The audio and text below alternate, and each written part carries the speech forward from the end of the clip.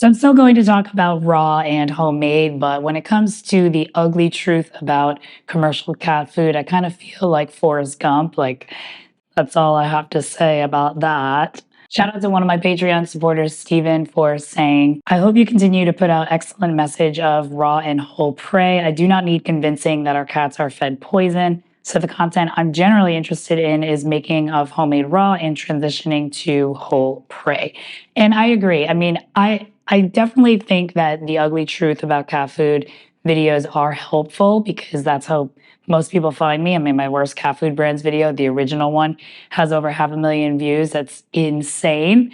But and then, of course, if you take the best cat food brands videos, the top ones, and add that up, it doesn't even come close to 500,000. But lots of people find me that way. So I do think that those videos are necessary. I just don't want to continue making them because I feel like I'm getting you to raw and then that's it. So I want to help you beyond that, and I want to help you and your cats be happy beyond just switching to commercial raw. I mean, we could still talk about that, but I do want to focus more on nutrition and going in deep onto homemade cat food as well. So my new focus will be cat happiness through food and fun. I think this is a great way to encompass everything that I want to talk about when it comes to your cat and also my cat Jericho and my mom's four cats. Because I truly believe that all of these things help benefit everything else. So, for example, with food, this can help prevent behavior issues because you're offering mental stimulation, especially if he's chewing on raw meaty bones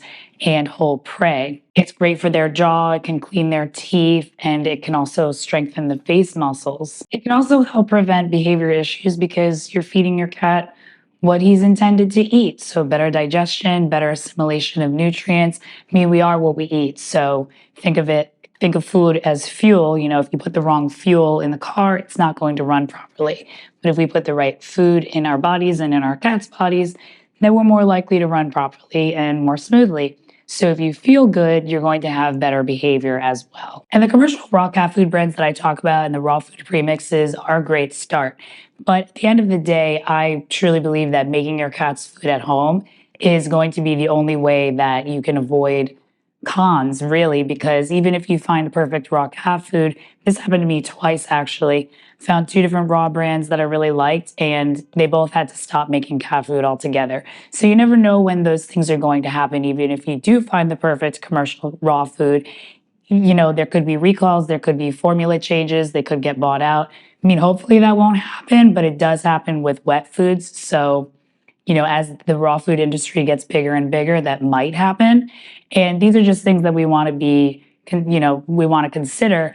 And if you're making your cat's food at home, then you can get your ingredients locally. You have more control over those ingredients and how it's made. So that's really how you can avoid all of those cons that come with commercial cat food. Now, of course, to make homemade cat food, we need to go deeper into nutrition. So we need to understand energy requirements.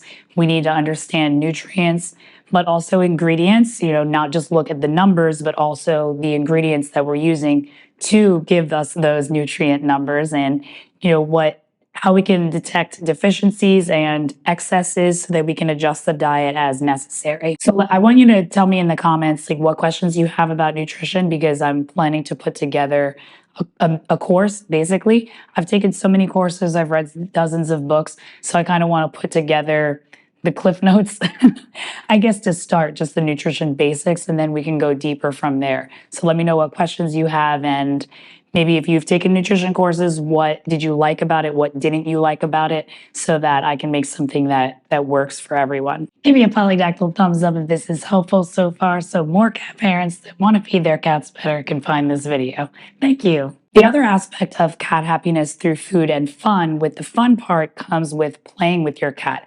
I absolutely love playing with cats. I worked as a cat sitter for 3 years before starting my online business.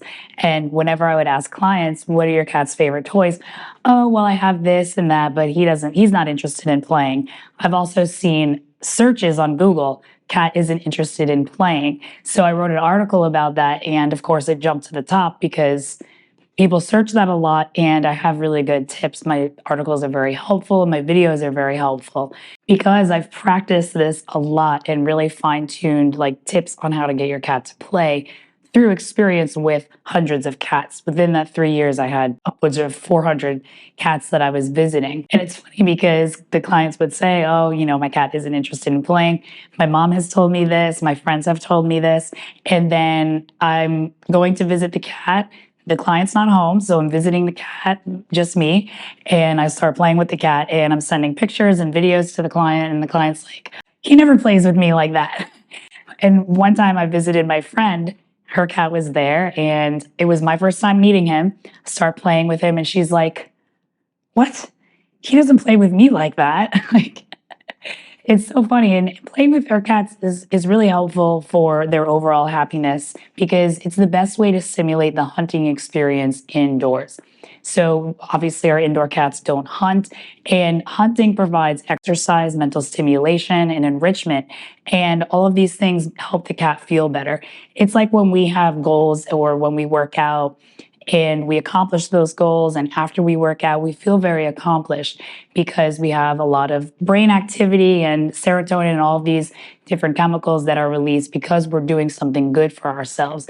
And that's the same with our cats. So they eat good food, they feel good, they play, they get mental stimulation and enrichment and exercise, so they're also going to feel good. And this is also going to contribute to good behavior and can prevent stress, boredom, and behavior issues and health issues. Because, stress, hello, that affects all of us. We don't even know it.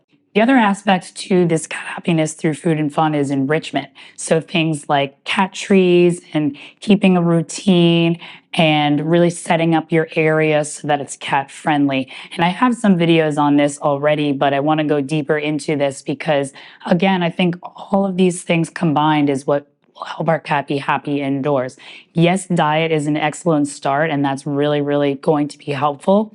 But I think we need to use all of these things together so that our cats are happy and safe and comfortable in their territory, which is, they own your home, you don't own it. Or they rent your apartment, you don't rent your apartment. You just pay the bills, but the cat is the owner. And also tying off of enrichment and health and behavior is the cat's litter box. And I published a video, cat litter box hacks that saved my life, last week or 2 weeks ago when you're seeing this video, but it's completely blown up. So I'm going to continue to go deeper into the litter box as well, because again, all of these things, encompassed is what's going to make our cat happy indoors. Because if you think about it, with the cat's bathroom, if the cat's not comfortable using the bathroom because it isn't clean enough or because it's not set up the right way, he's not comfortable using it, he's going to find somewhere else to go use the bathroom. And that's going to stress the cat out because cats are very clean creatures. In the wild, yes, they would pee and poop wherever they want. But indoors, they don't want to pee and poop all over their belongings. But if they have no choice, they kind of have to. That's going to stress them out, and that could lead to health issues because, maybe they don't want to go to the bathroom. They could become blocked. That's also a diet-related issue. And then if they're not comfortable using the bathroom, they might hold it, so they might get blocked, which is life-threatening. And then if they're stressed, that can also lead to behavior issues. And this also gets into the territory of with multiple cats. If you don't have the right litter box set up, this can create a brawl between your cats, and then that leads to stress, and then that leads to behavior issues. So it's really this holistic approach, meaning that we're taking a look at the entirety of your cat's life. The food, the enrichment, how the exercise and play, the mental stimulation, the litter box, really everything all encompassed in one. That's what holistic means, is looking at everything, not just like one little piece. So I really want to dive deeper into all of these subjects because I think that this is the best way, again, to make our cats happy indoors. Again, diet is a great start, but all of these other things are also very important. So I want to hear from you. Tell me in the comments what questions you have. What have you tried that didn't work? Or what have you tried that did work? What problems can I help you solve within these topics? Let me know in the comments so I can make videos and podcasts and talk about things that will solve your problems.